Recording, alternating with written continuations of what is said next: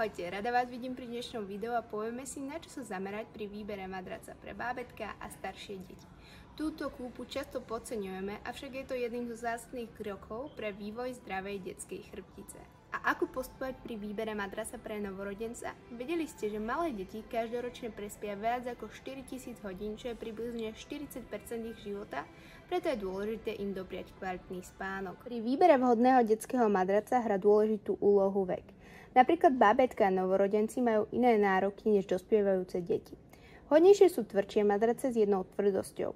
Pamätajte tiež na to, že do žiadnej detskej postielky madrac z pamäťovej peny nepatrí. Do postielky patrí skôr tvrdý madrac, ktorý nielen podporuje správny vývoj detskej chrbtice, ale tiež znižuje riziko náhleho úmrtia kojenca. Detský madrac sa v žiadnom prípade nemôže prehýbať, preto je potrebné, aby mal hrúbku aspoň 7 cm.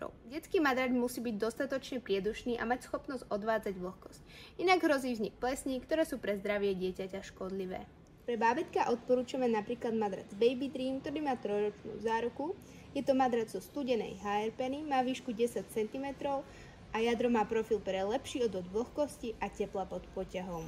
Madrac Baby Comfort má vysoké vzdušné jadro z pružnej studenej peny, výšku 9 cm a záruku 3 roky. Baby Kokos je detský madrac purpeny s prírodným vzdušným kokosovým vláknom a výškou 8 cm. A ktorý madrac z našej ponuky pre staršie deti? Napríklad madrac Black Magic strednej až vyššej tvrdosti, ktorý má záruku 5 rokov a výšku 16 cm. Alebo je na výber madrac Spartan, ktorý má záruku 5 rokov, množstvo 170 kg a výšku 22 cm. Verím, že vám dnešné rady pomôžu pre výber vhodného madraca pre vaše dieťa a rada vás uvidím pri ďalšom videu.